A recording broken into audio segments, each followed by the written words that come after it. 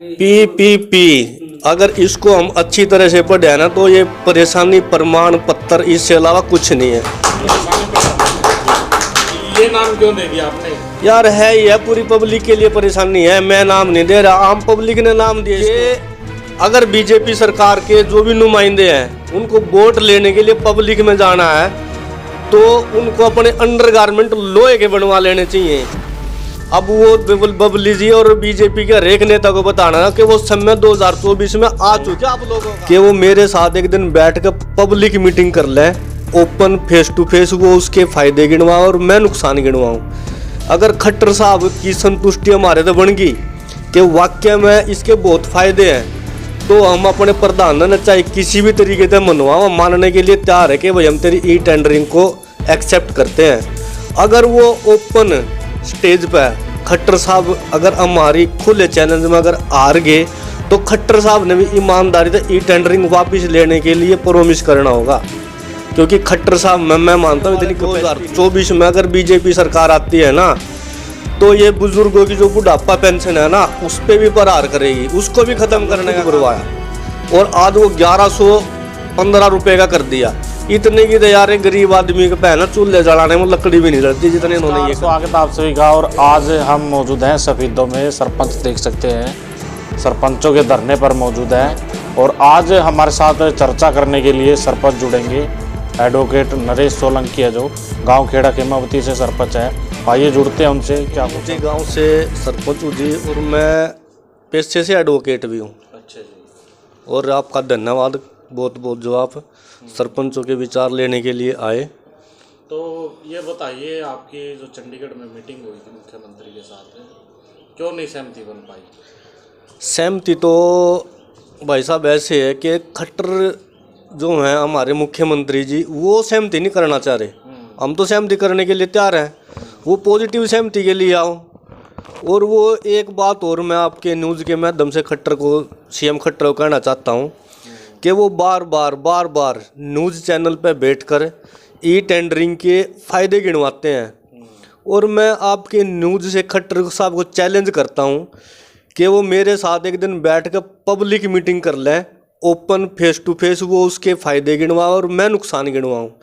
अगर खट्टर साहब की संतुष्टि हमारे तो बन गई कि वाकई में इसके बहुत फ़ायदे हैं तो हम अपने प्रधान ने चाहे किसी भी तरीके से मनवाओ, मानने के लिए तैयार है कि भाई हम तेरी ई टेंडरिंग को एक्सेप्ट करते हैं।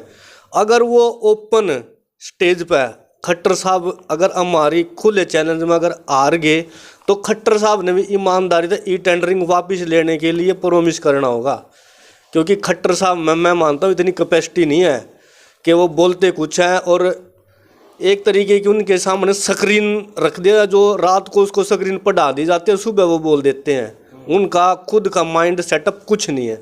बहुत बड़ी बात कह रहे हैं आप। बिल्कुल मैं बिल्कुल रेडी हूँ, बिल्कुल रेडी, बिल्कुल आपके चैनल के माध्यम से मैं ओपन चैलेंज करता हूँ।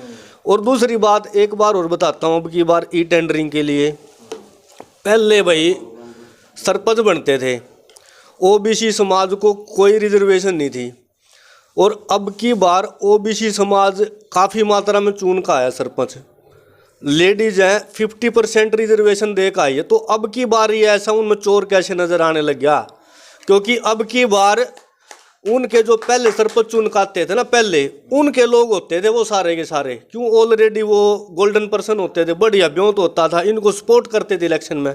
अब की बार ओबीसी समाज और लेडीज आगे और इनको इसलिए ई टेंडरिंग में उलझा दिया कि जो पहले पंचायतों में लोग बेनिफिट उठाते थे, अगर ये भी बेनिफिट उठाना सीख गए तो ओबीसी समाज और लेडीज जो भी कैटेगरी है हमारे अंडर काम नहीं करेंगे आने वाले टाइम में। इसलिए इन लोगों को वो जो पंचायती राज एक्ट के सारे अधिकार है इसलिए ख़त्म किया जा रहा है कि इन समाज के लोगों को ये अधिकार तो देने ही नहीं। अगर इनको इनका बेनिफिट पता चल गया तो हमारी तो राजनीति ख़त्म है। तो राजनीति कर रहे हैं इसमें भी। राजनीति तो खट्टर की आपने पीछे भी देखी होगी कि वीडियो चालू हुई थी, उसमें भी वो कह रहे हैं कि हर एक जगह पे आप 500 हज़ार किसानों को इकट्ठा करो, अपने फेवर में ले। अगर कहीं हमारे खिलाफ कोई राजनीति होती है तो उठा लो लठ। एक सीएम को ऐसा मतलब कि लठ उठाने वाली स्टेटमेंट शोभा देती है क्या? इनको राजनीति का तो पता ही नहीं, इनको तो कच्चे और लठीर याद रहते हैं सारे हर वक्त। और बताता हूँ जो मेरा खुद का व्यू है, क्योंकि बीजेपी सरकार ने जो स्टूडेंट थे उनको एक स्कॉलरशिप मिलती थी, जो पुअर स्टूडेंट होते थे, वो स्कॉलरशिप बंद कर दी, उनके स्कूल बंद हो गए। ये जो ओल्ड पेंशन स्कीम है या बंद कर दी, तो वो ख़त्म हो गया। और आने वाले समय में जहाँ तक मैं अपनी इनर फीलिंग, जहाँ तक मैं सोचता हूँ कि आने वाले 2024 में अगर बीजेपी सरकार आती है ना, तो ये बुज़ुर्गों की जो बुढ़ापा पेंशन है ना, उस पर भी प्रहार करेगी, उसको भी ख़त्म करने का काम करेगी। अब तो स्टूडेंट सड़कों पे है और कर्मचारी सड़कों पे है, ये जो आंगनवाड़ी वर्कर है ये सड़कों पे है, किसान सड़कों पे है। सिर्फ एक ही तबका रह रहा है जो सड़कों पे नहीं है, और वो भी है बुजुर्ग लोग।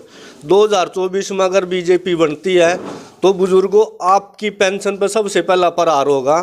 तो आप लोगों को तय करना कि बीजेपी बनानी है या अपनी पेंशन बचानी है।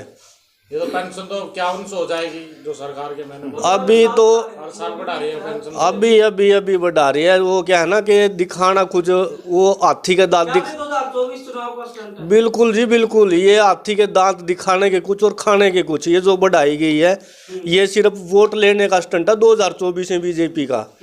तो आपको कैसे पता भाई पेंशन बंद हो जाएगी? मेरे यार खुद की सोच है, मैं बता रहा हूँ, मेरी खुद की सोच है, अनुमान लगा रहे हैं। बिल्कुल अनुमान है, क्योंकि ये हर एक जगह पे कुछ ना कुछ खत्म करती चलती है। आज तक किसी ने कुछ ऐसा नहीं किया जो पुअर पब्लिक को एक बेनिफिट हो जाए। अच्छा, पीपीपी के माध्यम से जो आपने पता है कार्ड भी बनाए गए, पीपीपी अगर इसको हम अच्छी तरह से पढ़े ना तो ये परेशानी प्रमाण पत्र, इससे अलावा कुछ नहीं है। ये नाम क्यों दे दिया आपने? यार है ये पूरी पब्लिक के लिए परेशानी है, मैं नाम नहीं दे रहा, आम पब्लिक ने नाम दिया इसको। क्योंकि बहुत सारे कार्ड कटे हैं पहले जो सरकार के माध्यम से बनाए गए थे। कार्ड का मैं बताता हूँ मोदी जी, मेरे पास गांव में इतने गरीब लोग आते हैं, पूछते हैं कि जी हमारा राशन कार्ड कट गया। हमारे पास जवाब देने के लिए वो शब्द नहीं होते। इस सरकार ने ऐसे ऐसे निशब्द लोग कर दिए हैं। अब गरीब आदमी, अनपढ़ लोग, उनको क्या पता कि भाई राशन कार्ड क्या करना क्या नहीं करना। उनका तो सिर्फ चूल्हा भी बीपीएल कार्ड से चलता था, उनका चूल्हा भी बंद कर दिया इन लोगों ने। सिलेंडर था आज से 2013-14 में यार मुश्किल से 180 रुपये का सिलेंडर हमने खुद भरवाया, और आज वो 1115 रुपये का कर दिया। इतने की तो यार एक गरीब आदमी के पहना चूल्हे जलाने में लकड़ी भी नहीं जलती जितने इन्होंने ये कर दिया। तो सबसे पहले सिलेंडर भी फ्री दिए गए थे। वो अभी मैंने क्या कहा था पत्रकार जी के हाथी के दांत दिखाने के कुछ, खाने के कुछ है। उसी टॉपिक पे आ जाओ कि अभी पेंशन बढ़ाने के बाद काटेंगे भी ये 2024 में, आप भी देख लियो। सरपंचों का प्रभाव 2024 में कितना पड़ने वाला है? सरपंचों का प्रभाव 2024 में खट्टर को भी पता चल जाएगा और पूरी बीजेपी को पता चल जाएगा। वो कहते हैं ना कि बाल कटने के बाद आपके सामने ही आएंगे, तो 2024 में आपको ही पता चल जाएगा कि कितना प्रभाव है। एक सरपंच के पीछे कम से कम 1000 वोट मैं मान के चलता हूँ, कम से कम बोला है मैंने। ये मेरे गांव में 4600 वोट हैं और मैं उनमें सिर्फ 1000 वोट में, और अपने जो विधानसभा सीट है यहाँ पे मुश्किल से जीत के लिए 40,000 वोट की ज़रूरत होती है। 40,000 में एमएलए बन जाता है, और हम तो यहाँ पे 45 सरपंच हैं। देखते हैं कि कौन सीट निकाल के ले जाएगा हम सरपंचों में। मंत्री भी सरपंचों को देकर बयान कर दे रहे थे, लेकिन अब चुप नजर आ रहे हैं। पंचायत मंत्री का तो ऐसा है जो चुप हो गए हैं, क्योंकि वो आने वाले टाइम को ना भांप गया। और देवेंद्र बबली जी जो पंचायत मंत्री है, इन्होंने पहले किसान आंदोलन में एक स्टेटमेंट दी थी कि अगर बीजेपी सरकार के जो भी नुमाइंदे हैं उनको वोट लेने के लिए पब्लिक में जाना है तो उनको अपने अंडरगारमेंट लोहे के बनवा लेने चाहिए। अब वो बबली जी और बीजेपी के हर एक नेता को बताना है कि वो समय 2024 में आ चुके आप लोगों का। अपने अंडरगारमेंट आयरन एंड स्टील के तैयार करवा लो, हेलमेट भी, क्योंकि आपको गांव में जाने के बाद पता चल जाएगा कि आपके कहाँ कहाँ लठ लगेंगे। तो इतनी परेशानी आने वाली है उनको। परेशानी तो अब अंडरगारमेंट की उनको जरूरत पड़ेगी खुद। क्या पर पंचकूला का छो फिर आप चुनाव में उतारने वाले हैं? गुस्सा तो भाई साहब कहीं भी कुछ भी उतर सकता है, और चुनाव में तो हमारा राइट है। हमारा राइट है कि हम किसको देंगे किसको नहीं देंगे। बीजेपी की कुछ नहीं है।